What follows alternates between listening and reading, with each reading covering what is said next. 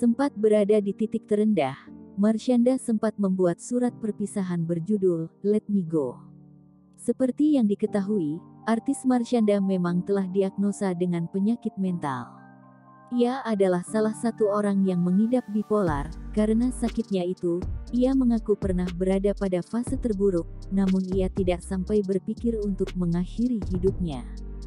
Fase terparah dengan kondisi aku ini, aku nggak pernah punya niat untuk commit suicide, nggak, tapi aku pernah depresi banget sebelum aku sadar.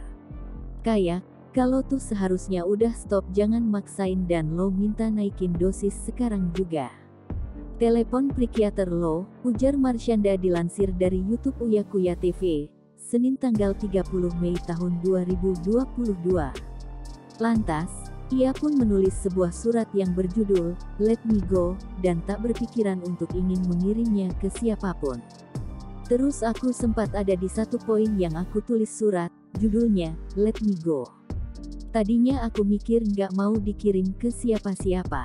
Cuma gue mikir kalau udah kejadian siapa yang mau baca.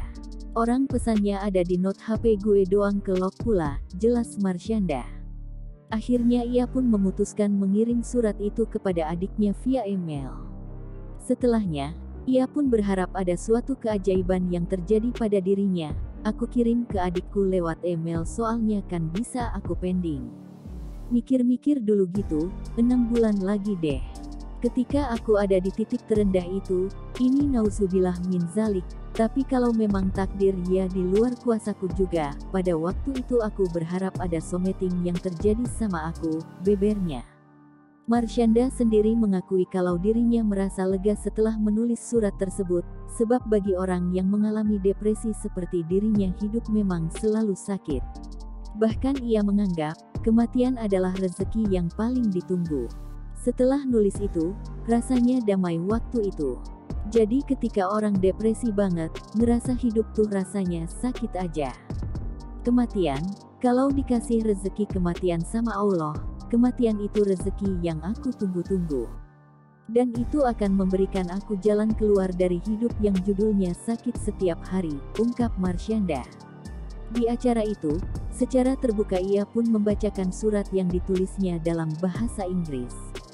Di akhir kalimatnya, ia menulis perpisahan itu dengan kata-kata yang bikin nyesek.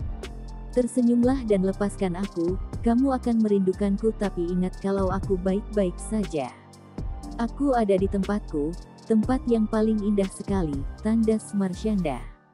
Komunitas Marshanda itu bernama Marset Tribe. Komunitas itu nantinya digunakan Marshanda untuk sharing mengenai pengalamannya seputar kesehatan mental. Ia juga menyebut akan lebih banyak berbagi di sana dibanding media sosial lain yang ia miliki. Buat yang merasakan hal yang sama, gue bikin komunitas yang bernama Marset Tribe.